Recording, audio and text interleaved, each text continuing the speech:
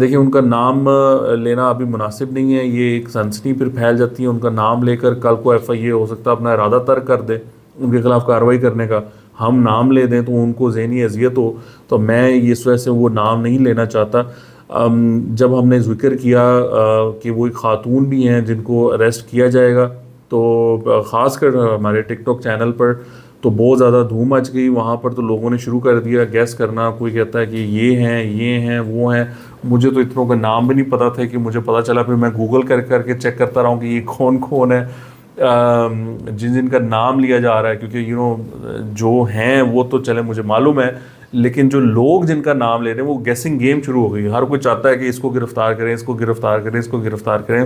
تو بہرحال لوگوں کی بھی اپنی کوئی ان کے ساتھ کوئی اتنی دلی وابستگی نہیں ہے۔ اب رجب بٹ صاحب نے ایک طرح سے آپ کہہ لیں کہ انہوں نے ہاتھ جوڑ کے معافی مانگنے والا کام شروع کر دیا ہے، انہوں نے کہا ہے کہ ہمیں نہ گرفتار کریں، آپ بڑی مچھلیوں کو گرفتار کریں۔ تو انہوں نے کہا ہے کہ میں نے یہ دیکھا ہے کہ سعد الرحمان عرف ڈکی بھائی کو گرفتار کیا، میں اس کو سمجھ سکتا ہوں کہ اداروں نے یہ کیوں کیا، لیکن انہوں نے کہا کہ یہ جو پی ایس ایل ہوا ہے اس میں تمام پلیئرز کی جرسیز پر ان بیٹنگ ایپس کے لوگوز تھے،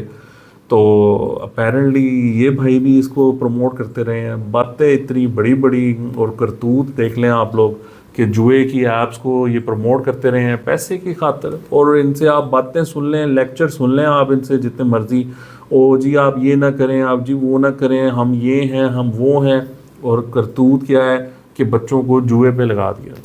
اس سے زیادہ برا کیا ہو سکتا ہے؟ مطلب آپ کو شرم آنی چاہیے ان لوگوں کو، خیر شرم تو آتی نہیں ہے، جب اتنا پیسہ آ رہا ہو تو پھر شرم کا کیا لینا دینا، اب ان پہ یہ چیز ہے، آئی ہوپ کہ ادارے اس پہ سیریس طریقے سے یہ ایفرٹ کریں اور ان لوگوں کو ڈٹر کریں کہ آئندہ کوئی بھی پاکستان میں ان ایپس کو، جوئے کو پروموٹ نہ کر سکے۔ اور یہ رجب بٹ جیسے جو ایلیمنٹس ہیں جو کہ ہماری سوسائٹی کا میں کہتا ہوں ایک انتہائی نچلا حصہ ہے، جو کہ اپنے آپ کو دکھا کے کوئی اور چیز بنا کر اس نے اپنے آپ کو یوں اوپر لے آیا ہے، اور وہ اب جو نوجوان ہیں، جو بچے ہیں، جو گلیبل مائنڈز ہیں، وہ بیچارے ان کے پیچھے لگ جاتے ہیں، وہ کہتے ہیں یہی لائف ہے، یہی طریقہ کار ہے، تو بھیا یہ لائف اور طریقہ کار نہیں ہے۔ بہرحال رجب بٹ نے کہا ہے کہ جی بڑی مچھلی کو پکڑیں، ہمیں کریں معاف، ہم تو چھوٹی مچھلی ہیں، ہم نے کر لیا تو کر لیا، مطلب وہ انکار نہیں کر رہا، وہ کہہ رہا ہے کہ کر لیا تو کر لیا، لیکن ہمیں نہ پکڑیں، آپ ان کو پکڑیں جو بڑی مچھلی ہیں، جنہوں نے بڑے لیول پہ اس کو کیا ہے۔ تو بھیا یہ کیا بات ہوئی؟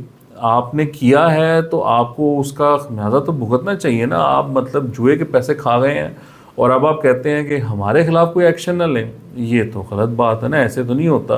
اب آپ باہر بیٹھے ہوئے ہیں، آپ کو چاہیے، بڑے آپ اصول پسند بنتے ہیں، اور وہ میں نے دیکھا تھا وہ شہزاد چودھری کو تڑیاں لگا رہے تھے کہ تم آؤ میں آتا ہوں، میں تو آ سکتا ہوں تم نہیں آ سکتے، تو اب تم آؤ نا پاکستان،